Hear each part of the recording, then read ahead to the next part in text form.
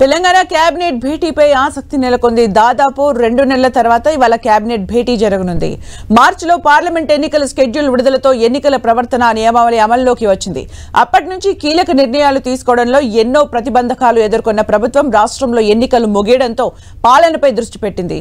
దీంతో శనివారం జరిగే మంత్రిమండలి సమావేశంపై రాష్ట్ర వ్యాప్తంగా ఆసక్తిగా ఎదురు చూస్తున్నారు.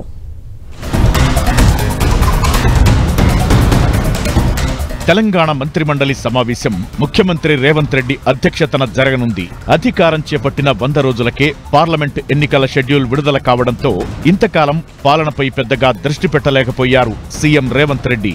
ఇప్పుడు ఎన్నికల ప్రక్రియ ముగియడంతో సచివాలయంలో మంత్రిమండలి సమావేశం ఏర్పాటు చేశారు. దాదాపు 2 నెలల తరువాత జరగనున్న ఈ భేటీలో కీలక నిర్ణయాలు తీసుకునే అవకాశముందని ప్రచారం జరుగుతోంది. అకాల వర్షాలు, రైతు రుణమాఫీ, మేడిగడ్డ అన్నారం బ్యారేజీల కుంగుబాటుతో పాటు రాష్ట్ర ఆవిర్భావ దినోత్సవాలపై ప్రత్యేకంగా ఈ సమావేశాల్లో చర్చ జరిగే అవకాశముందని ప్రభుత్వ వర్గాల సమాచారం. ఇటీవల కురిసిన అకాల వర్షాలతో రాష్ట్రంలో ధాన్యం కొనుగోళ్లు నిలిచిపోయాయి.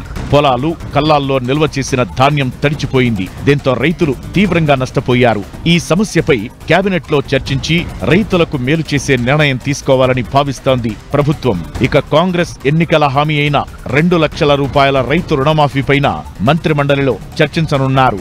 రుణమాఫీపై పార్లమెంటు ఎన్నికల్లోనూ మాట ఇచ్చినందున ఆగస్టు 15లోగా రుణమాఫీ సాధ్యాసాధ్యాలను చర్చించనున్నారు.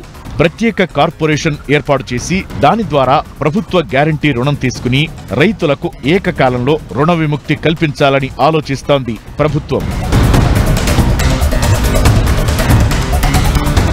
ఇక వచ్చే నెల 2న తెలంగాణ ఆవిర్భావ దినోత్సవం నిర్వహించే అంశాన్ని పరిశీలిస్తోంది రేవంత్ రెడ్డి సర్కార్. రాష్ట్రం ఏర్పడి 10 ఏళ్లు కావస్తుండటంతో భారీ స్థాయిలో ఉత్సవాలు నిర్వహించాలని భావిస్తున్నారు. ఈ ఉత్సవాలు ఎలా చేయాలి, ఎక్కడ చేయాలి అన్నదానిపైన మంత్రిమండలిలో చర్చించనున్నారు.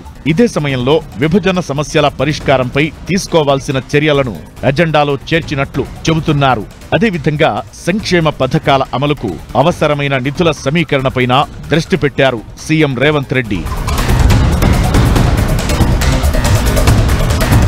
ఇక కుంగిన మేడిగడ్డ అన్నారం బ్యారేజీల రిపేర్లపై చర్చించనున్నారు.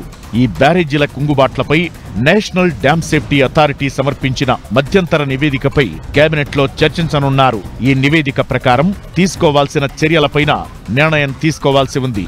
మొత్తానికి ఎన్నికల తంతు పూర్తవడంతో పాలనపై దృష్టి పెట్టిన రేవంత్ రెడ్డి సర్కార్ తీసుకోబోయే నిర్ణయాలపై అందరిలోనూ ఆసక్తి నెలకొంది.